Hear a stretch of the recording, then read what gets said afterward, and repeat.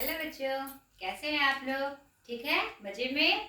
आज स्पीता पहचान क्लासेस में मैं आई हूँ आपके शेड्यूल के अनुसार गोधुली भाग 2 BSEB जो बिहार बोर्ड का है हमारा। ठीक है, क्लास 10 यहाँ पर ध्यान देना है। गोधुली भाग 2 क्लास 10 BSEB काव्य खंड को लेकर। ठीक है, जिसमें आज हम पाठ 1 की चर्चा करेंगे, गुरु नानक के पद। इसके पहले जो मैं वीडियोस लेके आई थी स्पेशल, जो आपके विशेष ग्रामर के चैप्टर थे, जिसको जानना आपको जरूरी था, मैं वो लेके आई थी। आज से हम पाठ के माध्यम से सारा व्याख्यान जानेंगे। पहले 4-5 मैं आपको काव्य खंड से बता दूंगी और फिर हम गद्य खंड में जाएंगे। ठीक है बेटा, हमें समय रहते अपने कोर्स को पूरा कंप्लीट करना है।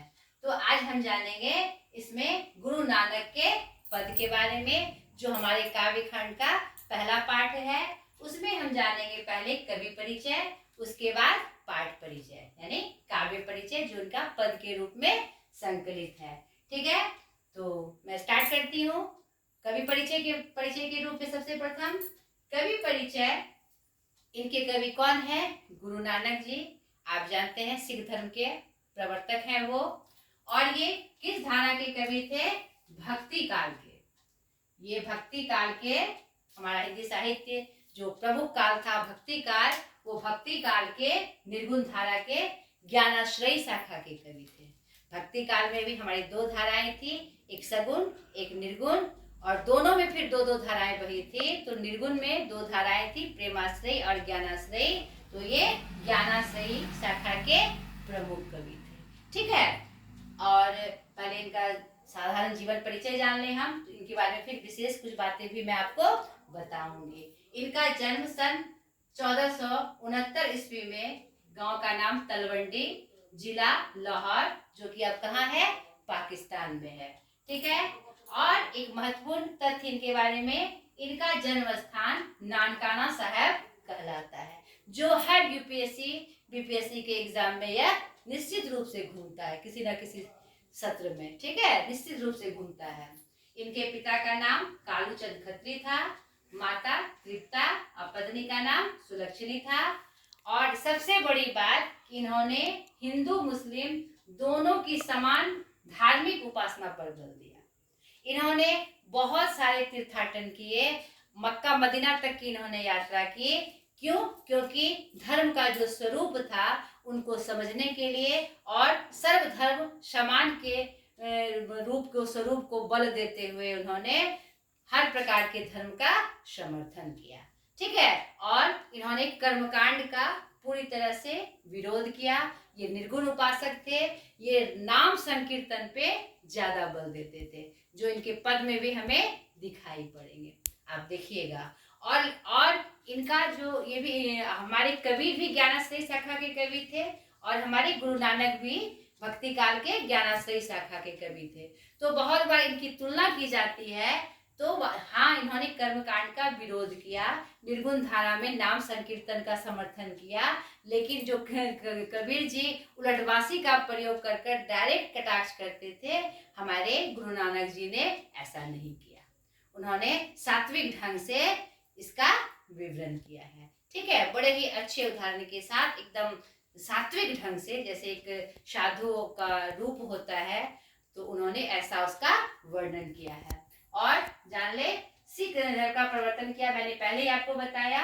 इनकी जो भाषा थी पंजाबी मिश्रित ब्रज भाषा थी, यानी खड़ी बोली का इसमें मेल था इनकी भाषा में। इनकी रचनाओं में जपू जी, आशा दीवार, रही रास, साहिला आदि प्रमुख हैं। और इनका निधन सन 1539 ईस्वी में वाह गुरु कहते हुए हुए, ऐसा माना जाता है, प्रमाणित भी है। ठीक है, इनकी एक और बात, इनकी रचनाओं का संग्रह सिखों के 5वें गुरु अर्जुन देव जी ने सन 1604 ईस्वी में गुरु ग्रंथ साहिब नाम से किया।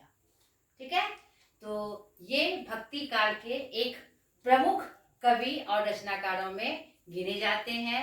और ये बहुत बड़े मतलब व्यक्तित्व के धनी थे।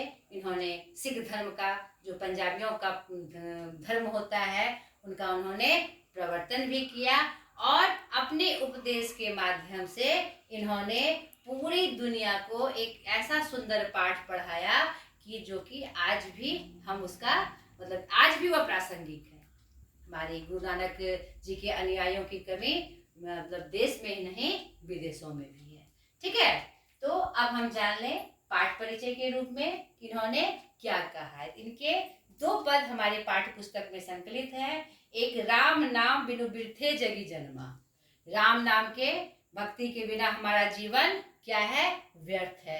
यानी राम नाम संकीर्तन, उनको लगातार याद करते रहना, अपने प्रभु को जो सर्वशक्तिमान है उनको लगातार याद करते रहना, क्या है, हमारा जीवन क्या होगा, उसी से हमारा उद्धार हो जाएगा, हमें अपने लक्ष्य की प्राप्ति हो जाएगी। और इसके माध्यम से इन्होंने जो कर्मकांड है और जो उपासना की पद्धति, भक्ति की जो पद्धति हम दिखावे वाले के रूप में करते हैं, क्योंकि कर्मकांड विरोधी थे, निर्गुण शाखा के कवि थे, तो उनका भी रूप उन्होंने इसमें दिखाया है कि बेवजह ही हम भक्ति का चोला ओढ़कर कुछ से कुछ कर बैठते हैं जो भगवान की प्राप्ति के लिए सही नहीं है, ऐसी आवश्यकता ही नहीं है। उन्होंने ये बातें भी इस पद में कही है। और दूसरा जो इनका पद है, जो नर दुख में दुख नहीं माने, उसमें उन्होंने किसका वर्णन किया है कि जो मनुष्य चाहे सुख हो चाहे दुख हो उसमें एक सा रहता है, चाहे उसका अपमान हो चाहे सम्मान हो एक सा रहता है, चाहे उसकी निंदा हो चाहे वह उसकी प्रशंसा हो वह एक सा रहता है, तो वह उसे कभी भी किसी प्रकार का दुख नहीं आता। और जो हमारा मानसिक या फिर हमारी ऐसा कह लीजिए कि जो हमारी जो मनोवृत्ति होती है, जो ग्रसित होती है बहुत सारे दुर्भावनाओं से, उससे मुक्ति मिल जाती है। तो दोनों पद में एक सुंदर संदेश हमारे गुरु नानक जी के माध्यम से हमें प्राप्त होता है, जो हमारे पाठ के में आकर एक प्रमुख अंग बन गया है। तो आप इसको बहुत अच्छे से जाने, तो मैं इसकी व्याख्या स्टार्ट करती हूँ। पहले पद की, राम नाम बिनु बिरथे जगी जन्मा। राम नाम के बिना इस जीवन में जन्म लेना क्या है, व्यर्थ है, बेकार है। राम नाम मतलब ये राम यानी अयोध्या के राम नहीं, कौन से राम, और एक निराकार के रूप में उन्होंने एक नाम दिया है उन्हें, राम के रूप में, एक सत्ता के रूप में वो अपने प्रभु का वर्णन करते हैं। बिखू खावे, अब देखिए आगे की पंक्तियों में जो हम कर्मकांड करते हैं और अपने भक्ति का गुणगान करके हम क्या गलतियां करते हैं उसका वर्णन वो करते हैं। बिखू खावे बिखू बोले बिनु नावे नियपलु मटी भ्रमना। बिख खाते हैं क्या, बिख बोलते हैं क्या, बिख मतलब विष। मैंने पहले ही बताया कि इनकी जो भाषा थी पंजाबी मिश्रित ब्रज भाषा थी, तो बिख यानी विष, विष विष खाते हैं, विष बोलते हैं, इसका क्या मतलब, कड़ा बोलना, नहीं ऐसा बोलना जो कि विष के समान हमें चोट पहुंचाए, नहीं जैसे विष से नुकसान होता है ऐसी बोली जिससे हमें दुख हो, कष्ट हो, नहीं। यहाँ पर वो अच्छी बोली का समर्थन कर रहे हैं और ये कह रहे हैं कि लोग बिना वजह ही कड़ा बोलते हैं, कड़ा सुनते हैं और इस दुनिया में बिना किसी मतलब के घूमते रहते हैं। ठीक है, नावे निफलु मटी भ्रमना। वो पुस्तक पाठ व्याकरण बखाने संध्या कर्म निकाल करे। और लोग क्या करते हैं अपनी भक्ति को प्रदर्शित करने के लिए, भगवत भक्ति के प्रदर्शन के लिए पुस्तक पाठ व्याकरण का बखान करते हैं कि मैंने इस पुस्तक को पढ़ा है, मैंने इस पाठ को पढ़ा है, मैंने बड़े बड़े व्याकरण पढ़े हैं, मैं इस धर्म ग्रंथ के बारे में जानता हूँ इसलिए मैं महान हूँ। यानी ऐसे सब लोगों के बारे में वो क्या कहते हैं, ये तो बेकार है। क्यों बखान, तुम्हारा परिचय तुम्हारे रचना से या तुम्हारे व्यवहार से मिल जाता है, तो अपना बखान क्यों करना। इन्होंने इस चीज को क्या माना है, गलत माना है, इसका उन्होंने विरोध किया है। संध्या कर्म निकाल करे, यानी कि सुबह की पूजा शाम की पूजा में दिखावे के लिए बखान करते हुए वह अपना कर्मकांड जारी रखते हैं, जो कि उचित नहीं है भगवत प्राप्ति के लिए। ठीक है, बिनु गुरु शब्द मुक्ति कहाँ प्राणे, राम नाम बिनु अर्जी मरे। आगे की पंक्तियों में क्या कहते हैं, कुछ भी तुम बखान कर लो, कुछ भी अपना तेज दिखा दो तुम, लेकिन जब तक गुरु शब्द यानी गुरु का प्रसाद आपको प्राप्त नहीं होता है, आपको मुक्ति नहीं मिल सकती। राम नाम के बिना आप उलझकर उसी संसार में मरते रहते हैं, भटकते रहते हैं, उसी में उलझकर आपका पूरा जीवन बीत जाता है। दंड कमंडल शिखा सूत धोती तीरथ गवनु अति भ्रमनु करे। आगे की पंक्तियों में जो हम कर्मकांड करते हैं अपने भगवत विषय के रूप में, भगवत उपासना के रूप में, कि डंडा लेकर, कमंडल लेकर, शिखा सूत शिखा बढ़ाकर, सूते गेरुआ वस्त्र पहनकर, धोती पहनकर, विभिन्न बड़े बड़े तीर्थों में जाकर हम अपने आप को श्रेष्ठ साबित करते हैं। उन्होंने तीर्थ पे जाने का विरोध नहीं किया है, वो दिखावे को उन्होंने विरोध किया। जो हम दिखावा करते हैं कि डंडा ले लिया, कमंडल ले लिया, जटाएं बढ़ा ली और हम समझ लिए कि हम ईश्वर के सच्चे भक्त हैं, उनका उन्होंने विरोध किया है। ठीक है, तीर्थ का कभी वो विरोध नहीं करते थे, मतलब दिखावटी रूप का उन्होंने इस पंक्ति के माध्यम से विरोध किया है। ठीक है, राम नाम बिनु शांति ना आवे, जपि हरि हरि नाम सो पारी पड़े। यानी कि राम नाम के बिना आपको शांति मिल ही नहीं सकती। कितना भी आप दंड कमंडल लेकर घूम लीजिए, कितना भी आप तीर्थ कर लीजिए, सही मुक्ति आपको राम नाम के संकीर्तन से, सही जाप से प्राप्त होगी, और हरि नाम के जाप से ही, यानी उनके लगातार भक्ति से ही आपको क्या होगा, आपको लक्ष्य की प्राप्ति होगी, आप भवसागर से पार हो जाइएगा। ठीक है, जटा मुकुट तन भस्म लगाई, बसन छोड़ी तन नगन भया। आगे की पंक्तियों में फिर उस कर्मकांड का बहुत ही घृणित रूप दिखाते हैं कि क्या जटा मुकुट, जटा बढ़ा लेना, मुकुट पहन लेना, तन पे भस्म लगा लेना, यहाँ तक कि नंगे भी हो जाते हैं अपने भक्ति के प्रदर्शन के लिए। वो ऐसा भी कर जाते हैं, निकृष्ट से निकृष्ट काम भी कर जाते हैं और अपने को श्रेष्ठ बताते हैं। उन्होंने उनका विरोध किया है। जिय जिय जंत जल थल महियल, जत तत तो सरब जिया। ऐसे ही कहकर वह पृथ्वी पर, जल में, थल में, इस पूरे धरती पर ऐसे ही रूप में वो विचरित करते हैं और ऐसे ही रूप में वह जीते हैं, जो कि सही नहीं है। गुरु प्रसादी राख ले, जन को हरिरस नानक झेली पिया। अंत में अपनी पंक्ति को विराम देते हुए कहते हैं कि गुरु का प्रसाद पाओ, गुरु की सही भक्ति पाओ, और गुरु की सही भक्ति तुम्हें इन कर्म कांडों के प्रदर्शन से नहीं मिलेगी, राम नाम संकीर्तन से मिलेगी, गुरु को लगातार याद करने से मिलेगी, और सच्चे रूप में उनको मन में बैठाकर उनकी भक्ति से मिलेगी। और मैंने वह गुरु शब्द, गुरु का प्रसाद पा लिया है। उस हरिरस को पाकर यह जो नानक है वह तृप्त हो गया है, वह हर तरह से इसको वो प्राप्त कर चुका है। अंत में वह अपना उदाहरण देते हुए इसको समाप्त करते हैं कि मैंने तो उसे पा लिया, मैंने तो देख लिया कि सही रूप से भगवान की प्राप्ति कैसे होती है। तो तुम भी झूठ मूठ के कर्मकांड में बिना उलझे ऐसे भगवत को प्राप्त करो। ठीक है, दूसरी पंक्ति में जो मैंने आपको बताया कि सुख दुख में एक समान रहने की बात कही है, छोटा सा पद है, जो समझिए ध्यान से आप। जो नर दुख में दुख नहीं माने, अब उसके बारे में बता रहे हैं कि जो नर दुख में दुख नहीं मानता, सुख स्नेह आरु भय नहीं जागे, जिसे ना सुख की चिंता है, ना स्नेह यानी प्रेम की चिंता है, ना भय की चिंता है इस जग में, और वह सोने कंचन माटी जाने, वह सोने को भी मिट्टी के समान समझता है, उसके प्रति उसको लोभ नहीं है कि मुझे सोना मिल जाए।